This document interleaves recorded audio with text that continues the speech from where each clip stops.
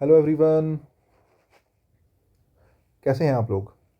I hope you all are doing great. और conjunction की दूसरी और लास्ट क्लास, ठीक है। पहली क्लास में काफ़ी पढ़ लिया था, दूसरी क्लास भी कर लेते हैं। छोटी सी क्लास होगी, ज़्यादा बड़ी क्लास होनी नहीं है। दूसरी और लास्ट क्लास में आपका स्वागत है। ज़्यादा कुछ पढ़ना नहीं है, टेंशन लेनी नहीं है, ठीक है। बहुत छोटी छोटी चीज़ें बची हैं, उन्हीं के ऊपर काम करना है। देख लो ज़रा। जैसे एक सेंटेंस है इवन वाला, एक सेंटेंस है देन वाला। जैसे पहला सेंटेंस देखो, even he agrees they won't let him go.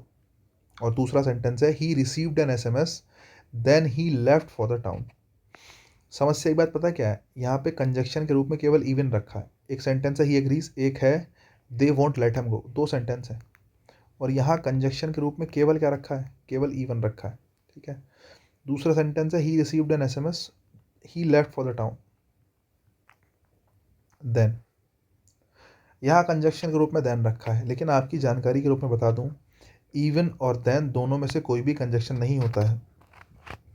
Even even जो होता है एम्फेसाइजर होता है ना। इवन भी के रूप में आता है, या तो एडजेक्टिव बनता है या फिर एडवर्ब बनता है, कुछ भी बन सकता है भाई, ठीक है। लेकिन इवन भी के रूप में आता है, एम्फेसाइजर के रूप में, और कुछ नहीं है इसका काम।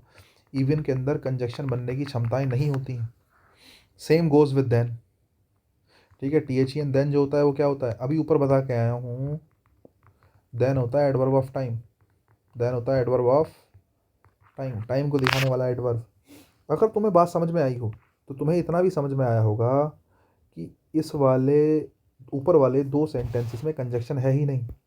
ऊपर वाले दो सेंटेंसेस में कंजक्शन है ही नहीं, तो कुल मिला के मुझे दोनों सेंटेंस को ठीक करने के लिए क्या करना पड़ेगा, मुझे दोनों सेंटेंस को ठीक करने के लिए कुछ ना कुछ कंजक्शन लगाना पड़ेगा।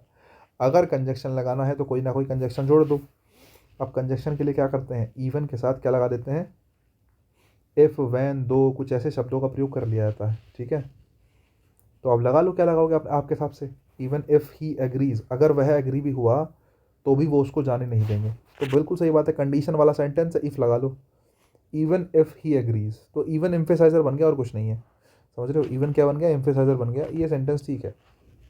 Even if he agrees they won't let him गो, ठीक है, इफ़ लगा लो।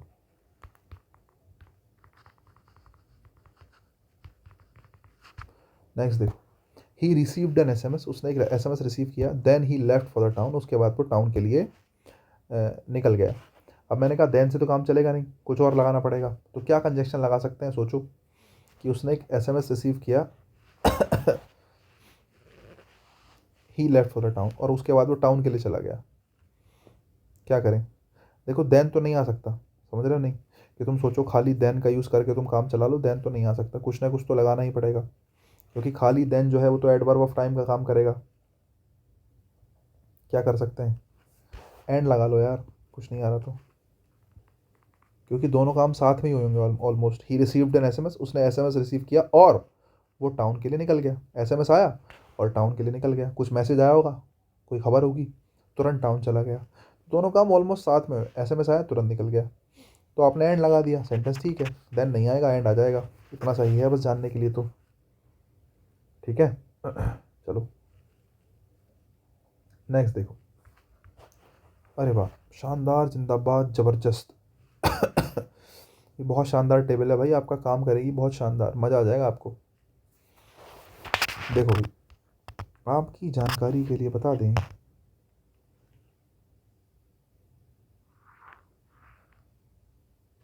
कि एक टेबल है हमारे पास।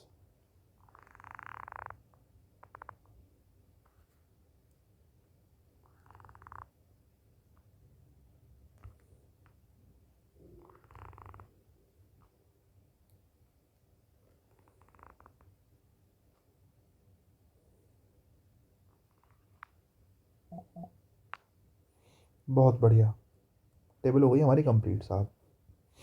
देखो ज़रा, अब हम ज़रा कंजक्शन देख लें, ज़रा कौन सा कंजक्शन कैसे यूज़ होता है। देखो ये सारे एक जैसे हैं, मैं आपको बता दूँ, समझ रहे हो।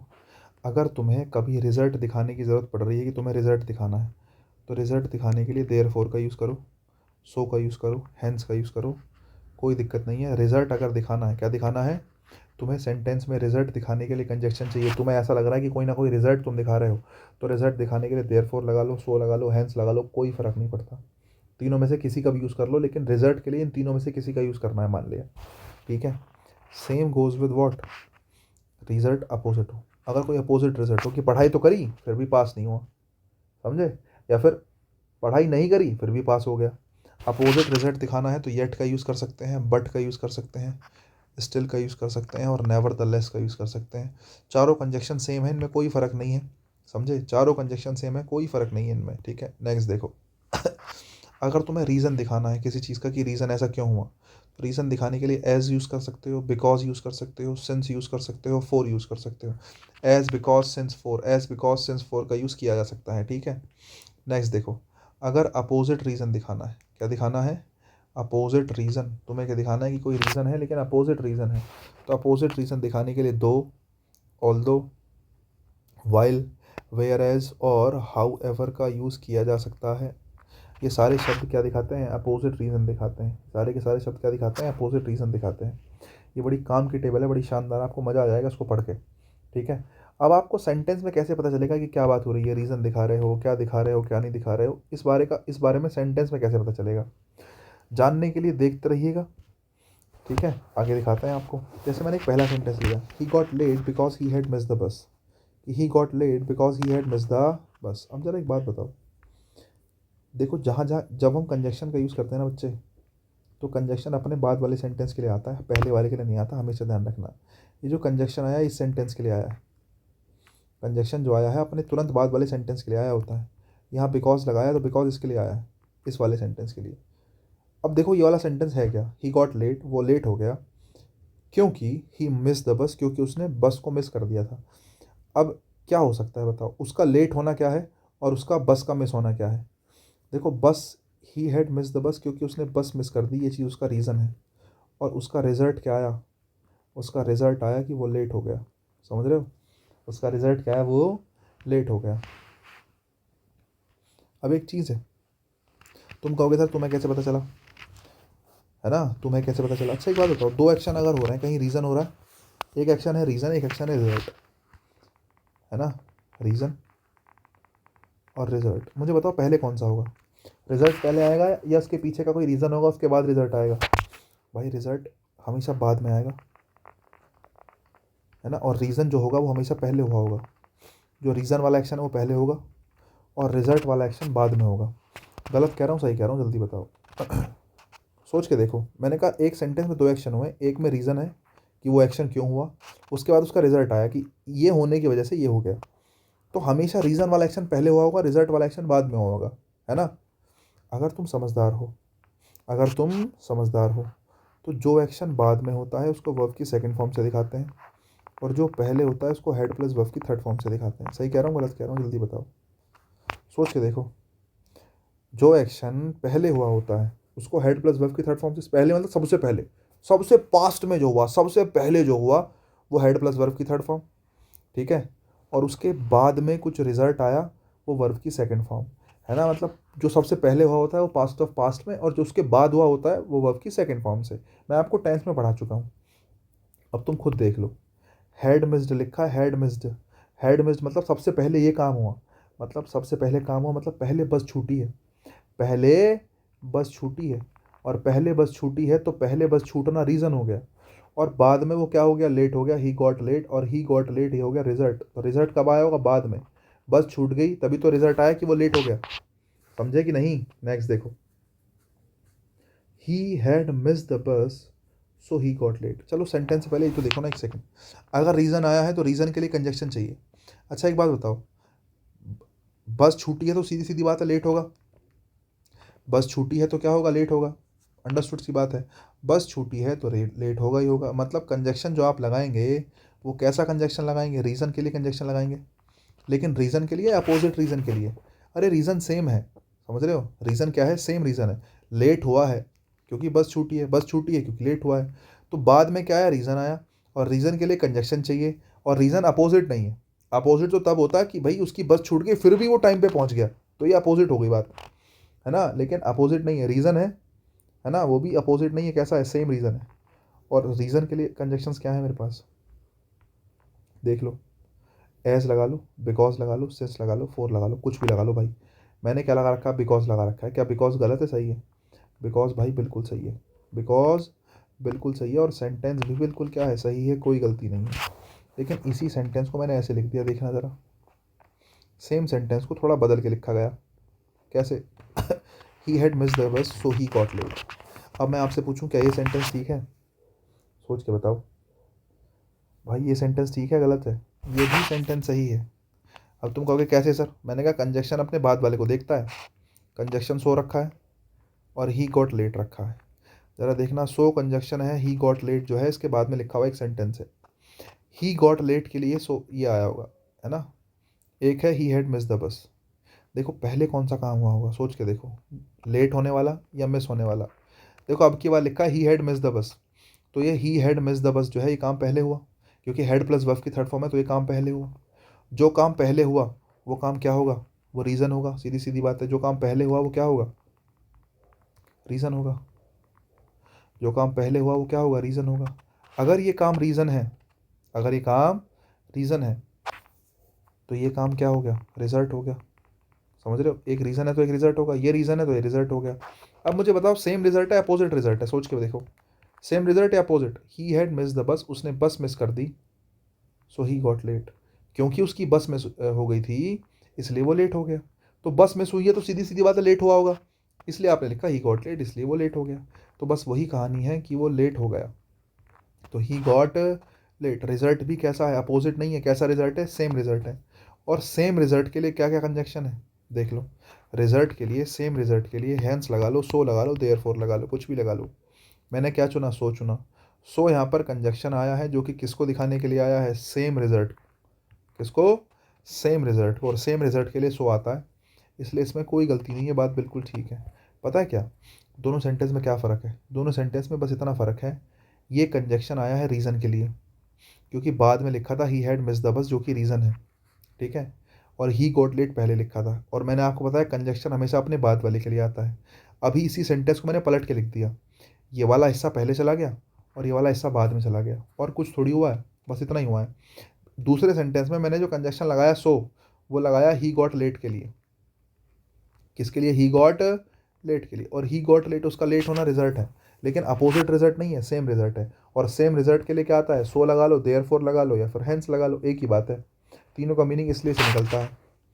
नेक्स्ट देखो, everyone likes him because he is very honest. हर एक व्यक्ति उसको पसंद करता है क्योंकि वो बहुत ऑनेस्ट है, क्योंकि वो बहुत ईमानदार है। मुझे बताओ क्या बिकॉज गलत है, ठीक है? सोच के देखो, एवरीवन लाइक्स हिम, हर एक व्यक्ति उसको पसंद करता है, ठीक है, क्योंकि वह ईमानदार है। सबका पसंद करना रिजल्ट होगा बच्चे, ठीक है, और उसका ईमानदार होना रीज़न है। सब उसको पसंद क्यों करते हैं, क्या कारण है उसके पसंद करने का? क्योंकि वो ईमानदार है। रीज़न उसका क्या है, ऑनेस्ट होना। और पसंद उसको इसलिए करते हैं, उसको इसलिए पसंद करते हैं क्योंकि वो ऑनेस्ट है। तो रीज़न हो गया ऑनेस्ट होना, और रिजल्ट हो गया सबका पसंद किए जाना। अच्छा दूसरी बात, अपोजिट नहीं है, सेम है। और सेम रीज़न को दिखाने के लिए क्या लगाते हैं, सेम रीज़न को दिखाने के लिए एज, बिकॉज, सिंस, फॉर, कुछ भी लगा लो। यहाँ पे बिकॉज लगा लो, एज लगा लो, सिंस लगा लो, फोर लगा लो, कुछ भी लगा लो। बिकॉज भी ठीक है, एज भी ठीक है, सिंस भी ठीक है, फॉर भी ठीक है, कुछ भी लगा लो, लेकिन सेम रीज़न को लगा दिखाने वाला कंजक्शन लगाना पड़ेगा, और कुछ नहीं। नेक्स्ट देखो, there was nobody at home so the postman did not deliver the post. There was nobody at home, कि कोई भी घर पे नहीं था, इसलिए पोस्टमैन ने पोस्ट डिलीवर नहीं की है। The postman did not deliver the post, postman ने पोस्ट डिलीवर नहीं करी। समझे? एक बात बताओ सोच समझ के, nobody was at home, कोई भी घर पे नहीं था, ये रीज़न है। और इसका रिजल्ट क्या हुआ कि पोस्टमैन डिलीवर करके गया ही नहीं कुछ भी, क्योंकि घर पे कोई नहीं था, तो रिजल्ट है। अच्छा घर पे कोई नहीं होगा तो रिजल्ट डिलीवर करके जाएगा क्यों?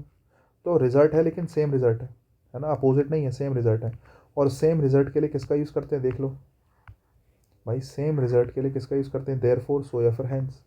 देयर फोर, सो या फिर हैंस, देयर फोर, सो या फिर हैंस। सॉरी, सो ठीक है। चाहो तो क्या लगा सकते हो, देयर फोर लगा सकते हो, चाहो तो हैंस लगा सकते हो, चाहो तो देयर फोर लगा सकते हो, ठीक है। तीनों ही ठीक है, कोई समस्या नहीं है। हैंस लगाओ, देयरफॉर लगाओ, सो लगाओ, कोई दिक्कत नहीं, कोई समस्या नहीं, कोई आफत नहीं। तो मुझे लगता है थोड़ा बहुत कंजक्शन का खेल आपके समझ में आना शुरू हो गया होगा। मुझे लगता है आपको बात समझ में आ रही है। मैं उम्मीद करके चल रहा हूँ कि आपको बात समझ में आ रही है। ये टेबल बड़े काम की है, इसको थोड़ा सा ध्यान रख लोगे ना भाई, बहुत मज़ा आ जाएगा आपको। मैं बता रहा हूँ, बहुत मज़ेदार टेबल है, बहुत मज़ेदार। आपको काम आ जाएगी कि किसके बदले क्या आ सकता है, किसका क्या काम है, ये आपके अच्छे से काम आएगी। ठीक है, चलो भाई आगे चलते हैं। देखो भाई, 4 सेंटेंस और है तुम्हारे लिए।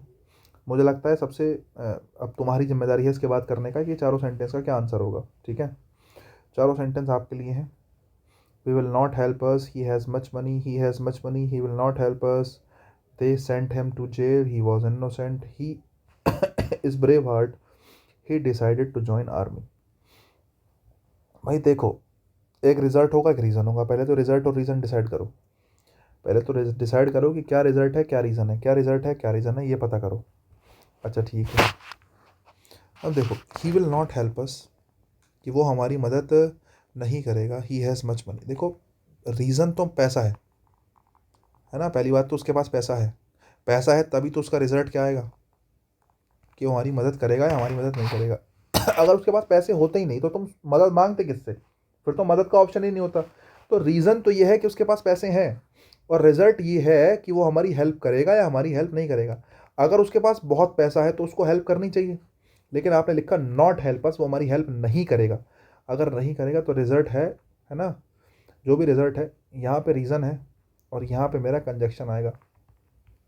तो अब ज़रा सोच के बताओ, कंजक्शन तो आएगा, लेकिन कंजक्शन आएगा किसके लिए, ही हैज़ मच मनी, है ना, ही हैज़ मच मनी के लिए, मतलब कंजक्शन आएगा रीज़न के लिए। अब तुम सोच रहे होंगे सर मैं लिख दूं अपोजिट रिजल्ट, मैं लिख दूं अपोजिट रिजल्ट और कंजक्शन लगा दूं रीज़न का, वो भी पॉजिटिव वाले का। ना ना ना ना ना, अपोजिट जो भी होगा वो कंजक्शन के साथ वाले में रखो, है ना। ये सोचो, ही विल नॉट हेल्प अस, वो हमारी मदद नहीं करेगा, इसका मतलब क्या है कि उसके पास पैसे नहीं होने चाहिए, लेकिन उसके पास पैसे हैं। देखो अपोजिट चाहे रिजल्ट हो चाहे रीज़न हो, अपोजिट चाहे रिजल्ट हो चाहे रीज़न हो, तो कंजक्शन फिर अपोजिट वाला ही लगाना है। देखो, ये जो कंजक्शन है इसके बाद वाली जो क्लोज है ये रीज़न को दिखा रही है। कंजक्शन के बाद वाली क्लोज किसको दिखा रही है, रीज़न को दिखा रही है। ठीक है साहब, अगर कंजक्शन के बाद वाली क्लोज रीज़न को दिखा रही है तो अब आपको देखना है कि रीज़न कैसा है, कि सेम रीज़न है, अपोजिट रीज़न है। तो ये मत सोचना खाली रीज़न चेक करोगे, अगर रिजल्ट या रीज़न जो भी तुम्हें लग रहा है अपोजिट निकल रहा है तो कंजक्शन जो है वो अपोजिट का ही आएगा, ध्यान रखना। कंजक्शन जो है वो किसका ही आएगा, अपोजिट का ही आएगा। और अगर अपोजिट की बात करूं तो आपको पता होना चाहिए कि साहब अपोजिट रीज़न के लिए कौन से टेबल में कंजक्शन थे।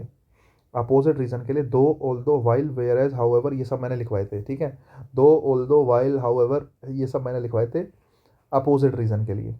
ना याद हो तो एक बार पलट के देख लेना साहब, ये रहा अपोजिट रीज़न, देख लो, वेयर एज, वाइल, दो, ऑल्दो, हाउएवर, कुछ भी लगा लो जो तुम्हारा मन कर रहा है। ठीक है दो लिख लो, कम जगह है। ठीक है, ही विल नॉट हेल्प अस दो ही हैज़ मच मनी, क्योंकि वो हमारी मदद नहीं करेगा हालांकि उसके पास बहुत पैसे हैं। तो अगर अपोजिट वाली सिचुएशन है तो चाहे रिजल्ट अपोजिट लग रहा है तुम्हें, चाहे तुम्हें रीज़न अपोजिट लग रहा है, बात एक ही है, आंसर जो आएगा वो अपोजिट वाला ही आएगा फिर। नेक्स्ट देखो, ही has much money, he will not help अस, फिर से सेम चीज़ है। ही हैज़ मच मनी, उसके पास बहुत पैसे हैं, उसके पास बहुत पैसे उसके पास पैसे होना रीज़न है, और उसका मदद ना करना क्या है, रिजल्ट है, या करना रिजल्ट है। मदद करेगा तो रिजल्ट, ना करेगा तो रिजल्ट, लेकिन पैसे होना अलग बात है और मदद करना अलग बात है। पैसे होंगे तो मदद करेगा, लेकिन आपने कहा मदद नहीं करेगा, तो इसका मतलब रिजल्ट तो है, लेकिन कैसा रिजल्ट है, अपोजिट है। हालांकि रीजन अपोजिट कह लो तो एक बात है, रिजल्ट अपोजिट कह लो तो एक बात है, कोई फर्क नहीं पड़ेगा। अगर अपोजिट वाली सिचुएशन बन गई तो कंजक्शन भी फिर अपोजिट वाला ही आएगा। कंजक्शन कंजक्शन चाहिए अपोजिट रिजल्ट का, कंजक्शन चाहिए इसका अपोजिट रिजल्ट का, और अपोजिट रिजल्ट के लिए but, yet, still, never the less लिखवाए थे। बट, येट, स्टिल और नेवर द लेस। अगर बात समझ में आई हो तो दूसरे वाले में क्या लिख दूं, बताओ, बट ही लिख लो। ठीक है, but he will not help us, he has much money but he will not help us. Next देखो, they sent him to jail, उन्होंने उसको जेल भेज दिया। ही वॉज इनोसेंट, उसका इनोसेंट होना अलग चीज़ है और जेल में भेजा जाना अलग। कौन सा रीज़न है, कौन सा रिजल्ट है, बताओ ज़रा भाई वो इनोसेंट होना उसका रीज़न है है ना। जेल में तो बाद में गया होगा ना, पहले तो इनोसेंट है, इनोसेंट होना रीज़न है। और रिजल्ट क्या है? रिजल्ट है कि उसको जेल भेज दिया। लेकिन अगर इनोसेंट था तो रिजल्ट जेल जाना चाहिए था?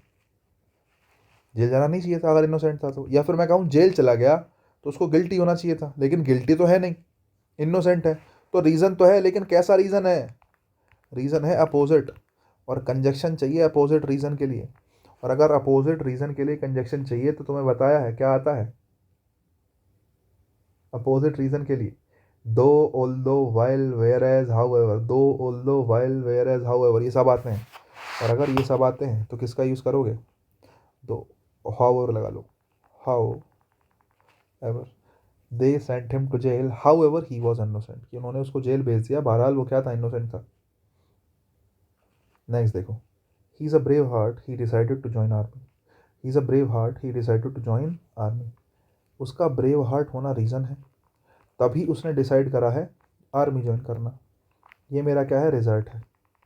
ये मेरा क्या है? रिजल्ट है। ये रीज़न हो गया, ये मेरा रिजल्ट हो गया। अच्छा, रीज़न रिजल्ट दोनों सेम है। ब्रेव हार्ट है तभी तो आर्मी में जा रहा है, बहादुर आदमी तो आर्मी में जाते हैं। ब्रेव हार्ट है तभी आर्मी में जा रहा है। तो रीज़न भी कैसा है? पॉजिटिव है, सिमिलर रीज़न है। तो सेम रीज़न को दिखाने के लिए हमारे पास आता है एज, बिकॉज, सिंस, या फिर फोर। ठीक है, एज, बिकॉज, सिंस या फिर फोर। ठीक है, तो यहाँ पे कुछ भी लगा सकते हो तुम। एज लगा सकते हो तो ठीक है, बिकॉज लगा सकते हो तो ठीक है, सिंस लगा सकते हो तो ठीक है, लेकिन यहाँ पे फोर ठीक नहीं होगा, ध्यान रखना। पहले सेंटेंस में तुम फोर नहीं लगा सकते, फोर गलत है। हालांकि फोर भी किसको दिखाता है? रीज़न को दिखाता है, सेम रीज़न को दिखाता है फोर। तो यहाँ पे तीनों ठीक है, लेकिन फोर ठीक नहीं है, बता दूँ आपकी जानकारी के लिए। अब तुम्हारे दिमाग में सवाल उठना चाहिए, बोले सर ऐसी क्या बात हुई? अभी तक तो तुम कह रहे हो सब एक दूसरे की जगह आ जाएंगे, अभी आप कह रहे हो कि यहाँ पे फोर नहीं आ सकता। भाई बिल्कुल सही बात कह रहा हूँ मैं, ध्यान से सुनो क्यों ऐसा हुआ। यहाँ से तुम्हें सीखने के लिए बहुत कुछ मिलेगा, एलिमिनेशन में बहुत मदद मिलेगी। देखो, कंजक्शन दो टाइप के होते हैं, सबऑर्डिनेट कंजक्शन, कोऑर्डिनेट कंजक्शन। देखो, सबऑर्डिनेट कंजक्शन की खासियत होती है वो सेंटेंस के शुरू में और बीच में दोनों जगह आ सकता है। सबऑर्डिनेट कंजक्शन देखो, सेंटेंस के बीच में आया, सेंटेंस के शुरुआत में आया। सबऑर्डिनेट कंजक्शन शुरू में और बीच में दोनों जगह आ सकता है। यहाँ तुम्हें काम आएगा सबऑर्डिनेट कोऑर्डिनेट का, यहाँ तुम्हें पहचान बहुत ज़रूरी है। अगर पहचान नहीं आई आती होगी तो यहाँ गलती करोगे, 100% गलती करोगे। सबऑर्डिनेट कंजक्शन सेंटेंस के बीच में भी आ सकता है और सेंटेंस के शुरुआत में भी आ सकता है, बिल्कुल सही है। लेकिन कोऑर्डिनेट कंजक्शन केवल सेंटेंस के कहाँ आता है? बीच में। कोऑर्डिनेट कंजक्शन सेंटेंस के स्टार्टिंग में गलत माना जाता है। कोऑर्डिनेट कंजक्शन सेंटेंस के स्टार्टिंग में क्या माना जाता है? गलत माना जाता है। दूसरी बात, सबऑर्डिनेट कंजक्शन जब जब सेंटेंस के बीच में आया होगा उससे पहले कॉमे का प्रयोग नहीं होता। सबऑर्डिनेट कंजक्शन से पहले कॉमे का प्रयोग नहीं होता अगर वो बीच में आया है। देखो, अगर शुरुआत में आ गया तो दो सेंटेंस को अलग करने के लिए तो कॉमा लगाना पड़ेगा ना। एक सेंटेंस ये लिखा, एक सेंटेंस ये लिखा, दोनों को अलग कैसे करोगे? बीच में कंजक्शन तो है नहीं, कंजक्शन तो शुरू में लिखा है। अगर कंजक्शन शुरू में लिखा है तो कॉमा लगेगा, तो क्या लगेगा? कॉमा लगेगा। लेकिन सबऑर्डिनेट कंजक्शन अगर बीच में रखा है तो कॉमे की कोई आवश्यकता नहीं है, ये बात तुम्हें ध्यान रखनी है, ठीक है। दूसरी बात, कोऑर्डिनेट कंजक्शन जब जब आता है अपने से पहले अगर दो सेंटेंसेस को जोड़ रहा है, कोऑर्डिनेट कंजक्शन अगर दो सेंटेंसेस को जोड़ रहा है तो अपने से पहले क्या जरूर लेगा? कॉमा जरूर लेगा, ध्यान रखना। और बाकी कोऑर्डिनेट कंजक्शन सेंटेंस के स्टार्टिंग में नहीं आता।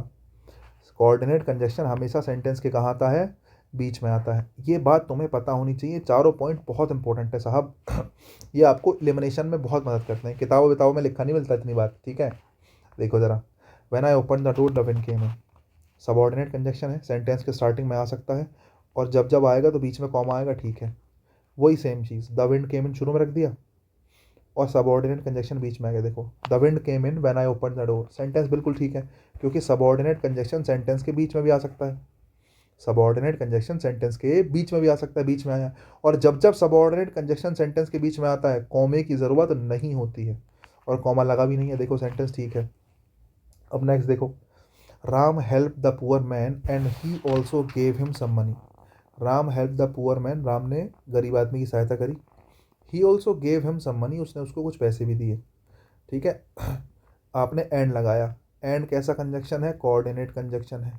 कोऑर्डिनेट कंजक्शन सेंटेंस के बीच में आता है, बिल्कुल सही सेंटेंस है। कोऑर्डिनेट कंजक्शन अगर दो सेंटेंसेस को जोड़ रहा हो तो पंचुएशन मार्क के रूप में उससे पहले कॉमा का यूज़ भी करते हैं। कॉमा जरूरी आता है उसके साथ। हालांकि एसएससी में कॉमा वगैरह की गलती या फिर ऐसे एग्जाम्स में, जनरल एग्जाम्स में कॉमे वगैरह की गलती में बहुत ज़्यादा ध्यान नहीं दिया जाता। टीचिंग एग्जाम्स वगैरह में पूछ लेता है पंचुएशन, जनरली नहीं पूछता। तो कॉमे की कोई खास दिक्कत नहीं है, लेकिन इतना ध्यान रखना कोऑर्डिनेट कंजक्शन हमेशा कहाँ आता है, कोऑर्डिनेट कंजक्शन हमेशा सेंटेंस के कहाँ आता है, बीच में आता है। अगर तुम्हें बात समझ में आ गई हो कि कोऑर्डिनेट कंजक्शन सेंटेंस के बीच में आया और सेंटेंस ठीक है, तो एक चीज़ ज़रा ये भी देखना, मैंने इसी सेंटेंस को बदल के ऐसे लिखा, and he also gave him some money, Ram help the poor man. ये सेंटेंस बिल्कुल गलत है। क्यों? क्योंकि एंड सेंटेंस के शुरू में आ गया, और एंड कैसा कंजक्शन है, कोऑर्डिनेट कंजक्शन। कोऑर्डिनेट कंजक्शन का प्रयोग सेंटेंस के स्टार्टिंग में नहीं किया जा सकता। यही कारण है कि सेंटेंस नंबर 4 गलत है, समझे? और ऊपर का पहला, दूसरा, तीसरा बिल्कुल क्या है, सही है। इस नियम का ध्यान रखना। अगर तुम्हें बात समझ में आ गई हो तो ज़रा यहाँ देखो, मैंने आपसे कहा कि भाई 4 चीज़ें हैं। कितनी चीज़ें हैं? 4। एज ठीक है, बिकॉज ठीक है, सिंस ठीक है, फोर ठीक नहीं है। हालांकि तीनों का मतलब चूंकि से होता है। चूंकि वह बहादुर है इसलिए उसने आर्मी डिसाइड करा जाना, चूंकि वह बहादुर है इसलिए उसने आर्मी जाना डिसाइड करा। लेकिन कंजक्शन रख रहे हो सेंटेंस के स्टार्टिंग में, और सेंटेंस के स्टार्टिंग में केवल सबऑर्डिनेट कंजक्शन आता है। एज क्या है? सबऑर्डिनेट कंजक्शन ठीक है, बिकॉज सबऑर्डिनेट कंजक्शन ठीक है, सिंस सबऑर्डिनेट कंजक्शन ठीक है, लेकिन फोर कैसा कंजक्शन है? फोर कोऑर्डिनेट कंजक्शन, और कोऑर्डिनेट कंजक्शन सेंटेंस के स्टार्टिंग में नहीं आते, इसलिए यहाँ पे फोर का प्रयोग करना गलत होगा। गलत गलत गलत। आई थिंक बात समझ में आ गई होगी। नेक्स्ट सेंटेंस देखो, let's not go on foot. Let's not go on foot कि भाई पैदल नहीं चल के नहीं जाते हैं, ऑन फुट मतलब पैदल पैदल चल के जाना। Let's not go on foot कि पैदल नहीं जाते हैं यार। वी आर ऑलरेडी लेट, क्योंकि हम ऑलरेडी लेट हैं। क्योंकि हम ऑलरेडी लेट हैं इसलिए पैरों पर चल के नहीं जाते हैं, आप ये कहना चाह रहे हो, ठीक है? देखो, वी आर ऑलरेडी लेट जो है ना, ये क्या हो सकता है? वी आर ऑलरेडी लेट जो है, ये मतलब ऐसा मान के चलो कि रीज़न है आपका, है कि नहीं? क्या है आपका? ये रीज़न है, ठीक है? क्योंकि हम ऑलरेडी लेट हैं इसलिए पैरों पर चल के नहीं जाते, ठीक है? तो ये रिजल्ट हो गया। रिजल्ट क्या है कि तुम पैरों पर चल के नहीं जाना चाह रहे हो, रीज़न क्या है कि तुम ऑलरेडी लेट हो। सही बात है कि भाई ऑलरेडी लेट है तो जल्दी जाना है, जल्दी जाना है तो भाई पैदल ना जाके ऑटो वोटो कर लो, रिक्शा विक्शा, जो भी तुम्हें लग रहा है, ठीक है। अब एक चीज़ है, यहाँ पे भरना है तुम्हें रीज़न के लिए कंजक्शन। अब रीज़न के लिए कंजक्शन क्या होते हैं? एज, बिकॉज, सिंस या फिर फोर। देखो येट तो आएगा नहीं, ठीक है, दो भी नहीं आएगा। दो आता है अपोजिट रीज़न के लिए। दो आता है किसके लिए? अपोजिट रीज़न के लिए। अपोजिट रीज़न थोड़ी है, ऑलरेडी लेट हो तो पैदल चल के क्यों जाओगे? उसने मना कर रखा है, पैदल चल के नहीं जाते हैं, सेम रीज़न है, तो दो तो आएगा नहीं। बचा फोर और बचा सो। सो होता है, सो आता है इसलिए के लिए। सो किस लिए आता है? इसलिए के लिए। तो सो दिखाता है रिजल्ट को। सो किसको दिखाता है? रिजल्ट को। तो रिजल्ट को दिखाता है सो, तो सो भी नहीं आएगा, समझ रहे हो? उसके अलावा येट देख लो, येट दिखाता है अपोजिट रिजल्ट को। येट किसको दिखाता है? अपोजिट रिजल्ट को। अगर अपोजिट रिजल्ट है तो भी बात गलत है साहब। बचा क्या? फोर। अब तुम कहोगे sir as, because, since, for कुछ भी नहीं है। मैंने कहा तो है तो सही, फोर। फोर हमारा आंसर है, फोर लगा दो। फोर ही हमारा आंसर है। और किसका यूज़ करोगे? फोर का। Let's not go on foot for we are already late. For we are already late, तो पहले वाले में अगर आंसर चुनने की बात करूं तो पहले में आंसर बनेगा फोर, ठीक है साहब? मैंने कहा, मैंने ऑप्शन थोड़े और डिफिकल्ट कर दी। For, because, as. For, because, as. देखो ये तीनों तो काट ही दिए मैंने कहा दो नहीं आएगा, सो नहीं आएगा, येट नहीं आएगा। फोर, बिकॉज और एज। अब तुम्हें पता है रीज़न को दिखाने के लिए कंजक्शंस क्या होते हैं? एज होता है, बिकॉज होता है, सिंस होता है, फोर होता है। और सब के सब का मतलब चूंकि है। सब के सब का मतलब क्या है? चूंकि है। अब तुम कहोगे सर फोर भी सही है, चूंकि दिखा रहा है, बिकॉज भी सही है, एज आ रहा है, एज भी सही है। क्यों सही है? क्योंकि बीच में कंजक्शन लगाना है। अगर बीच में कंजक्शन लगाना है तो बीच में तो कोऑर्डिनेट कंजक्शन भी सही होता है, बीच में सब ऑर्डिनेट कंजक्शन भी सही होता है। तो बोले सर फोर जो है वो कोऑर्डिनेट कंजक्शन है, और बिकॉज और एज क्या है? सब ऑर्डिनेट कंजक्शन है, और बीच में तो दोनों सही होते हैं। तो बी ऑप्शन में तो सर बिकॉज, एज, फोर तीनों सही होंगे। नहीं, मैंने इसलिए दिया है क्वेश्चन जानबूझ के। भाई कॉमा लगा हुआ है, देखना जरा ध्यान से, कॉमा। और कॉमा सबऑर्डिनेट कंजक्शन से पहले नहीं लगता। इसलिए अब भी आंसर क्या ही बनेगा, दूसरे का आंसर भी या बी वाला ऑप्शन में भी आंसर 4 ही बनेगा। आंसर केवल क्या बनेगा, 4 बनेगा। रीज़न क्या है, रीज़न ये है कि कॉमा लगा है। कॉमा लगा है मतलब सबऑर्डिनेट कंजक्शन से पहले कॉमा आता ही नहीं। जब जब सबऑर्डिनेट कंजक्शन बीच में आता है उससे पहले कॉमा नहीं आता। यही कारण है कि आपने किसका यूज़ किया है, 4 का यूज़ किया है। आई थिंक सो बात समझ में आई होगी भैया आपको। नेक्स्ट देखो भाई, कुछ पेयर हैं जो मैंने साथ में लिख रखे हैं जो तुम्हें ध्यान रखने हैं, ठीक है। जैसे बोथ का पेयर बनता है किसके साथ, एंड के साथ। बिटवीन का पेयर बनता है एंड के साथ। नो सुनर के साथ क्या आता है, देन आता है। अदर के साथ क्या आता है, देन आता है। रेदर के साथ क्या आता है, देन आता है। एल्स के साथ क्या आता है, बट आता है। लेस्ट के साथ हमें मॉडल लगाना पड़ता है एक, और मॉडल किसका लगाते हैं, कौन सा मॉडल लगाते हैं, शुड लगाते हैं। लेस्ट के साथ क्या लगाते हैं, शुड लगाते हैं, ठीक है। इसके बाद देखो, दो या ऑल दो कई बार आ जाता है सेंटेंस में, दो या ऑल दो, दोनों की मैं बात करता हूँ। दो या ऑल दो के साथ हो सकता है कॉमा लगाओ, ठीक है। हो सकता है येट का यूज़ हुआ हो सकता है कॉमा और येट दोनों लिखे हैं। तीनों ही ठीक है, कोई समस्या नहीं है। दो ऑल दो के साथ येट आ जाता है। येट यहाँ पे कंजक्शन नहीं है, कभी तुम सोचना कि दो ऑल दो एक कंजक्शन हो गया, येट भी एक कंजक्शन हो गया। येट यहाँ पे एडवर्ब के रूप में आ जाता है बच्चे, ठीक है। तो दो ऑल दो के साथ येट का प्रयोग सही माना जाता है, याद रखना। सच के साथ या तो एज आता है या फिर सच के साथ दैट आता है। इस बारे में चर्चा मैं कर चुका हूँ, पहले पढ़ा चुका हूँ, सच के साथ कब एज आएगा कब दैट आएगा। रिलेटिव प्रोनाउन में मैंने आपको पढ़ाया था सच के साथ एज दैट, हालांकि आज भी पढ़ाऊंगा, टेंशन ना लो। हार्डली स्कार्सली, हार्डली स्कार्सली के साथ पेयर बनता है किसका, दोनों का, दोनों की बात कर रहा हूँ। हार्डली स्कार्सली होते भी सेम ही है, मुश्किल से कमी से, है ना। व्हेन या फिर बिफोर, ठीक है। हालांकि दोनों में फ़र्क होता है, वैन कब आएगा बिफोर कब आएगा, लेकिन तुम्हें इतना नहीं सोचना है। तुम्हें वैन या बिफोर में से कुछ भी लगा देना है और तुम्हारे पेपर में दोनों में से एक ही होगा। हार्डली स्कार्सली के साथ पेयर आया होगा तो दोनों में से एक का ही होगा, या तो वैन का या बिफोर का, ठीक है। वेदर के साथ हमेशा और आता है, वेदर के साथ हमेशा क्या आता है, और आता है। तो ये कुछ इंपॉर्टेंट पेयर्स हैं जो तुम्हें ध्यान रखने हैं। सीधे सीधे ध्यान है, सीधे सीधे काम आएंगे। बोथ के साथ एंड, बिटवीन के साथ एंड, नो सुनर के साथ देन, अदर रेदर के साथ देन, एल्स के साथ बट, लेस्ट के साथ शुड, दो ओल्दो के साथ येट, सच के साथ एज या दैट, हार्डली स्कार्सली के साथ व्हेन या बिफोर, वेदर के साथ और। इन चीज़ों को ध्यान रखना। नेक्स्ट देखो, दे वर्क हार्ड लेस्ट, कहीं भी लेस्ट आ जाए तो मॉडल क्या आएगा, मॉडल आएगा should. They work hard lest they should not fail again.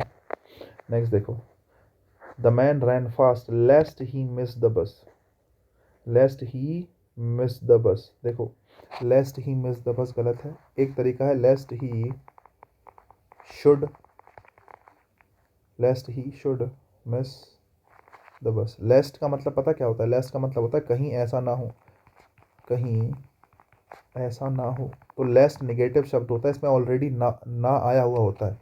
तो लेस्ट के साथ वाले सेंटेंस में नॉट का प्रयोग करने की ज़रूरत नहीं है। लेस्ट के अगले सेंटेंस में नॉट का यूज़ करने की आवश्यकता नहीं है। क्या रीज़न है कि लेस्ट के साथ, लेस्ट का जो मीनिंग है उसमें ऑलरेडी ना या नॉट आया होता है, तो इसमें कोई समस्या नहीं। बाकी मिस्ड काट के क्या लिख सकते हो, शुड मिस लिख सकते हो। क्या लिख सकते हो, should miss. The man ran fast lest he should miss the bus. पता क्या, एक चीज़ ध्यान रखना, मैं तुम्हें बताता हूँ बड़े काम की। लेस्ट के साथ इस वाले सेंटेंस में तुम चाहो तो शुड ना भी लगाते तो भी काम चल जाता, पता है। एक एक तरीका ये भी हो सकता था, लेस्ट he miss the bus.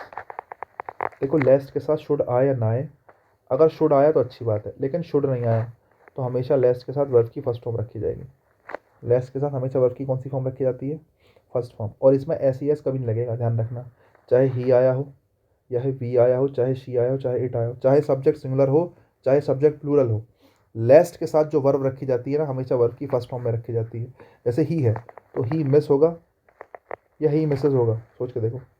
He Mrs the bus, ठीक है। तो मिस तो होता ही नहीं। अगर ही के साथ देखूं तो ही के साथ तो सिंगुलर वर्ब आती है ना, और वर्ब को सिंगुलर बनाने के लिए एस या ई एस लगाना पड़ता, लेकिन नहीं लगेगा। ये प्रेजेंट सब्जेक्टिव मूड है, प्रेजेंट सब्जेक्टिव मूड में वर्ब को हमेशा प्लूरल रखा जाता है, चाहे सब्जेक्ट सिंगुलर हो चाहे सब्जेक्ट प्लूरल हो। लेकिन तुम्हें नहीं समझना इतना, तुम्हें तो इतना याद रखना है, मॉडल लगा है तो शुड लगाओ, मॉडल नहीं लगा है तो वर्ब की फर्स्ट फॉर्म रखी जाएगी, जो कि हमेशा किस किस रूप में होगी, ऑलवेज प्लूरल। वर्ब की फर्स्ट फॉर्म होगी हमेशा किस रूप में, हमेशा प्लूरल रूप में रखी जाएगी, ध्यान रखना, ठीक है। चलो बढ़िया।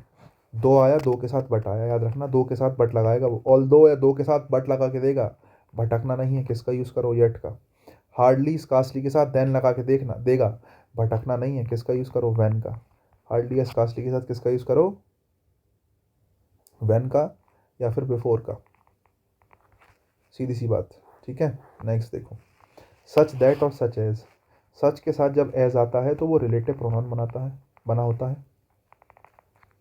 कॉमन सी बात है कि सच के साथ जब एज आता है रिलेटिव प्रोनाउन बना होता है, और सच के साथ जब दैट आता है तो वो केवल कंजक्शन बना होता है। रिलेटिव प्रोनाउन दो काम करता है साहब।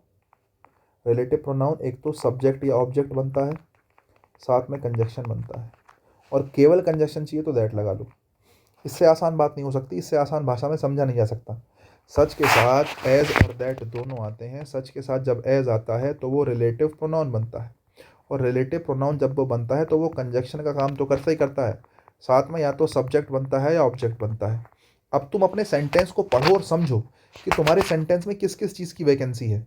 केवल कंजक्शन की वैकेंसी है तो कंजक्शन लगा दो, है ना, और केवल कंजक्शन की वैकेंसी है तो केवल कंजक्शन लगा दो, तो दैट का यूज़ कर लो।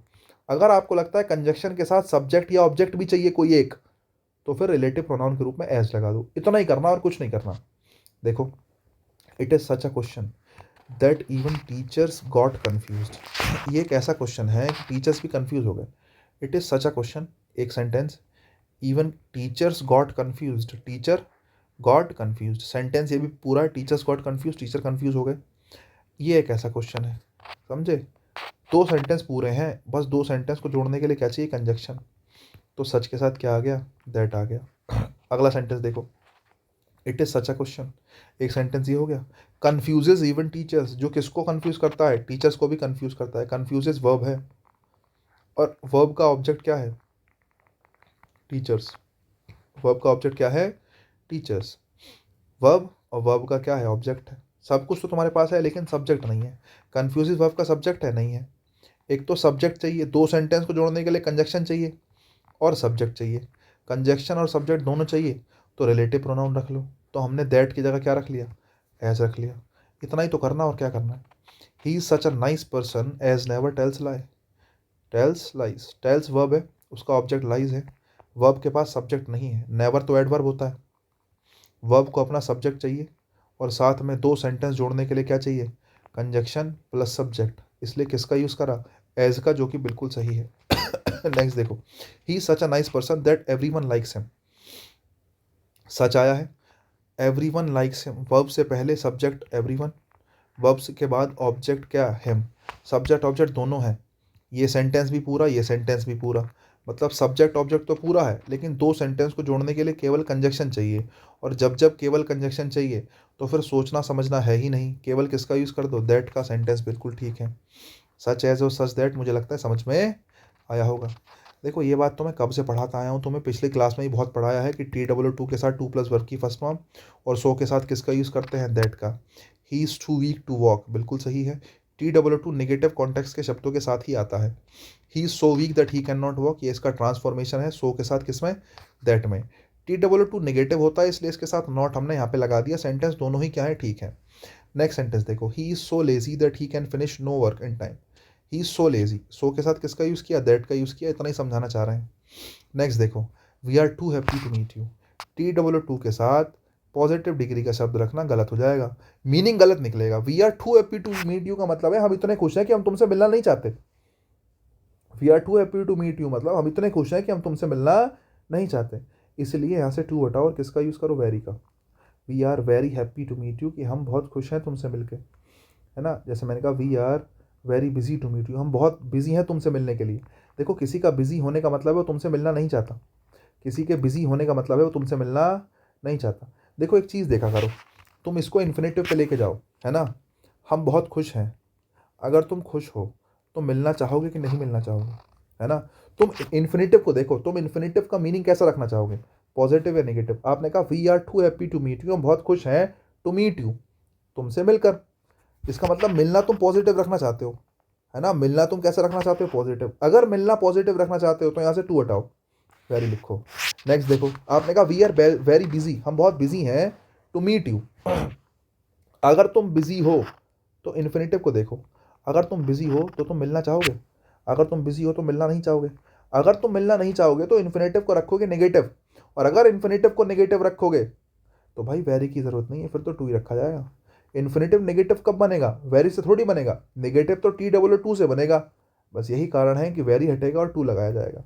इन्फिनेटिव को देख के जज किया करो। नेक्स्ट देखो, ही इज टू या very poor to buy a car.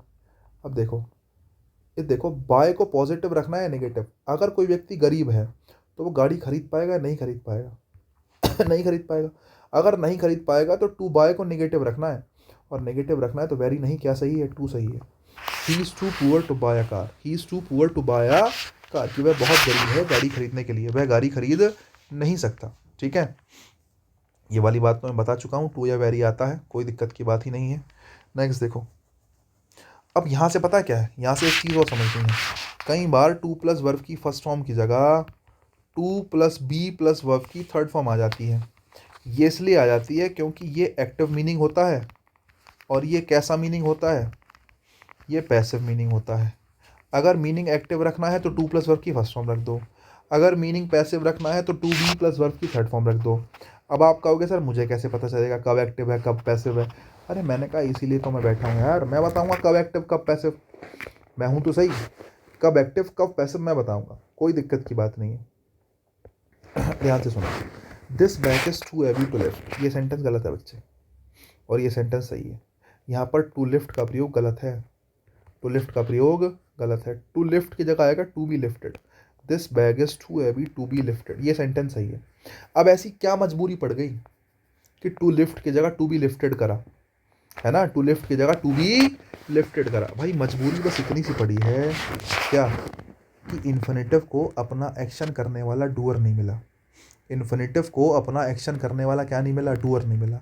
समझाता हूँ, एक सेंटेंस देखो ये वाला, I want to go there. To go क्या है, इन्फिनेटिव है। अरे इन्फिनेटिव में वर्ब आई होती है ना, to go, infinitive to plus verb की फर्स्ट फॉर्म, इसमें वर्ब आई है। वर्ब क्या आई है, गो।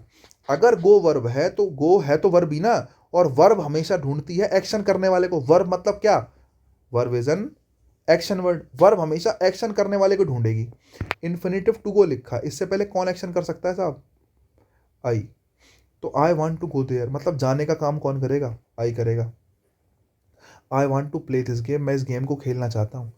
टू प्ले, खेलने का काम कौन करेगा, आई करेगा। तो इन्फिनेटिव को अपना डूअर मिल गया, यहाँ भी डूअर मिला, यहाँ भी डूअर मिला। जरा देखना, I want you to go there, मैं चाहता हूँ तुम वहां पे जाओ। अब की बार इन्फिनेटिव क्या है, टू गो है।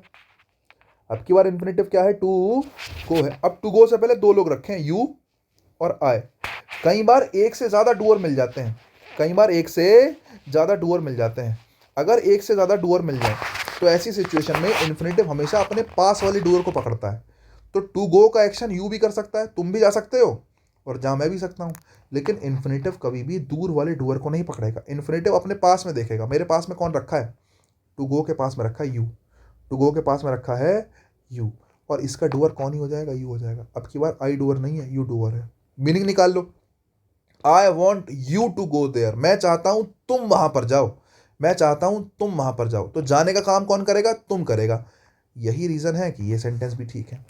अब तुम कहोगे सर इसमें बताया क्या आपने, बताया मैंने ये बच्चे कि अगर इन्फिनेटिव को अपना डूअर मिल जाए सेंटेंस में, अगर इन्फिनेटिव को सेंटेंस में ढूंढने पर अपना डूअर मिल जाए तो वो कैसा मीनिंग रहेगा, एक्टिव रहेगा। अगर इन्फिनेटिव को अपना डूअर कहीं सेंटेंस में ढूंढने पर नहीं मिलेगा तब आपको पैसिव मीनिंग रखना पड़ेगा। टू गो का डूअर कौन था, आई था, इसलिए इन्फिनेटिव एक्टिव वॉइस में रखा गया। टू प्ले का डूअर कौन था, आई था, इसलिए इन्फिनेटिव को एक्टिव में रखा गया। यहाँ भी एक्टिव, यहाँ भी एक्टिव।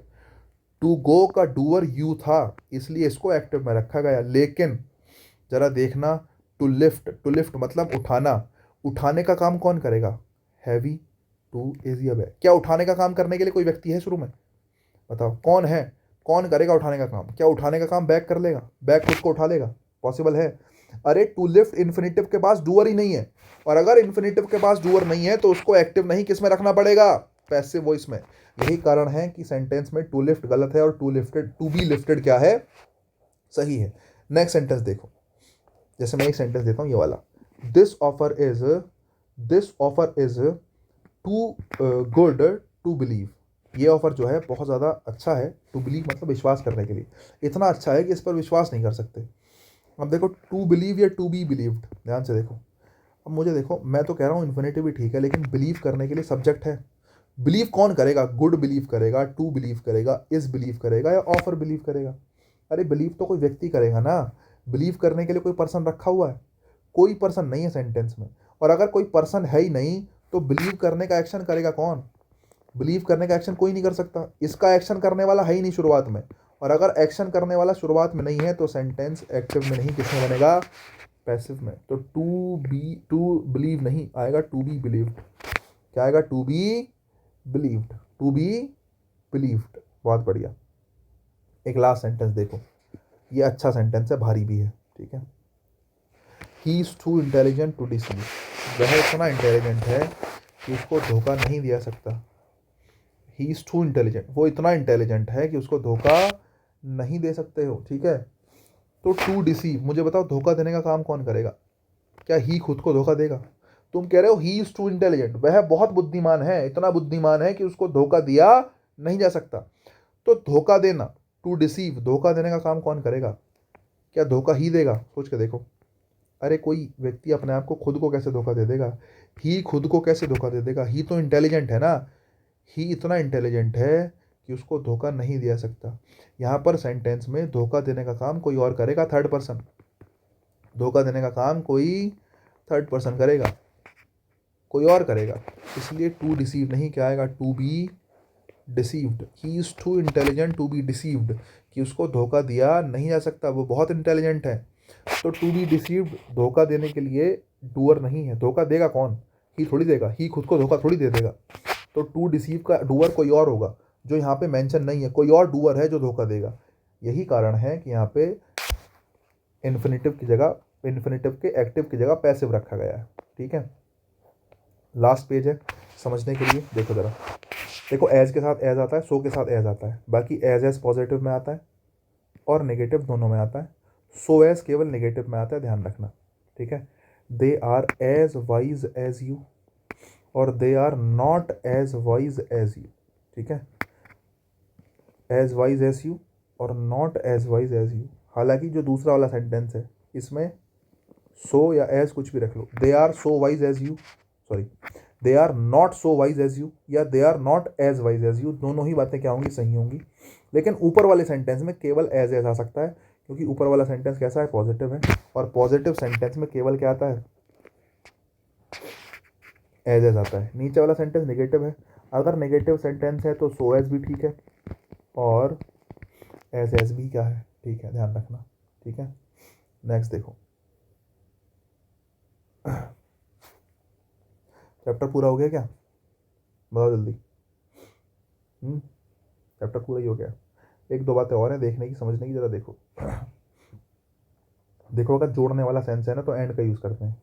इस सेंटेंस में ये समझाया गया, they can speak Hindi, English और संस्कृत। वो बोल सकता है, वो क्या क्या बोल सकता है? हिंदी, इंग्लिश और संस्कृत। तुम चीज़ों को जोड़ रहे हो, जोड़ने के लिए कभी भी और का नहीं, एंड का यूज़ करेंगे, ध्यान रखना। वैसे तो बड़ी कॉमन सी बात है, मुझे लगता है समझाने के लिए नहीं है, लेकिन चैप्टर के लास्ट में इसलिए लिख रखी है, कहीं किसी बच्चे को कन्फ्यूज़न हो तो निकल ना जाए। आपने कहा दे कांट स्पीक, वो बोल नहीं सकते, है ना। दे कांट स्पीक, वो नहीं बोल सकते हैं। ना तो वो हिंदी बोल सकता, ना वो इंग्लिश बोल सकता, ना ही वो संस्कृत बोल सकता। अब की बार जोड़ नहीं रहे हो, अब की बार क्या कर रहे हो? अब की बार अलग कर रहे हो। और अलग कर रहे हो तो एंड नहीं, किसका यूज़ करोगे? और का। They can't speak Hindi, English और संस्कृत, क्योंकि संख्या तो जीरो है ना। ना तो वो हिंदी बोल सकता, ना वो संस्कृत बोल सकता, ना वो इंग्लिश बोल सकता। एक्सक्लूड कर रहे हो, कोई भी नहीं है, जीरो संख्या दिखा रहे हो। एंड नहीं, किसका यूज़ करोगे? और का। बाकी जैसे ये सेंटेंस देखो दोनों, I like T and sweets, मतलब आप कहना चाह रहे हो आई लाइक बोथ, मुझे चाय भी पसंद है और मुझे स्वीट्स भी पसंद है। दूसरा, आई लाइक टी और स्वीट, कहने का मतलब आइदर, दोनों में से कोई एक पसंद है। जैसे और है ना, और का मतलब यहाँ पर एक से, या तो टी या फिर स्वीट्स, दोनों साथ में नहीं चाहिए, ठीक है नहीं। या तो चाय पसंद है या स्वीट्स पसंद है ना। या तो चाय लेगा या वो स्वीट्स लेगा, अगर और लगा रहे हो। I don't like T and sweets. अब देखो, अगर तुमने नेगेटिव बनाने के बाद भी क्या लिख दिया? टी एंड स्वीट्स लिख दिया। अब देखो यहाँ पर क्या मतलब है? टी एंड स्वीट्स का मतलब समझ रहे हो? As a combination, as a combination, कि टी और स्वीट्स अगर साथ में हो तो आई डोंट लाइक, वो मुझे पसंद नहीं है, वो ये कहना चाह रहा है, वो मुझे पसंद नहीं है, एज अ कॉम्बिनेशन। ठीक है, बस और क्या, इतनी बातें बता दी, बहुत है, मोर देन इनफ है भाई। ये कंजक्शन आपका पूरा होता है, बधाई हो सभी को। 2 ही क्लास में हमने पूरा कर लिया है, 2 से ज़्यादा क्लास हमें लगी नहीं है, 2 ही क्लास काफ़ी हो गई है कंजक्शन के लिए। अगली क्लास में मैं आपको क्या कराऊंगा, एक्सरसाइज कराऊंगा, बहुत सारे क्वेश्चन सॉल्व करेंगे। हालांकि एक ही क्लास करेंगे, जितने भी क्वेश्चन हो पाते हैं 70 80 90 100 क्वेश्चन हम सॉल्व करते हैं कंजक्शन के। अगला चैप्टर मैं कोशिश करूंगा आर्टिकल ले लूँ या प्रपोजिशन ले लूँ, कोशिश करूंगा कि आर्टिकल ले लूँ क्योंकि छोटा चैप्टर है। प्रपोजिशन थोड़ा बड़ा चैप्टर है, तो मुझे लगता है टाइम लगेगा उसमें, 8 से 10 क्लास होगी प्रपोजिशन की मुझे लगता है। और ये अपने पास है फिलहाल तो। और आर्टिकल करते हैं कल से स्टार्ट, मतलब कल की क्लास, परसों से आर्टिकल स्टार्ट करते हैं। आज के लिए इतना ही रखेंगे। Good night everyone.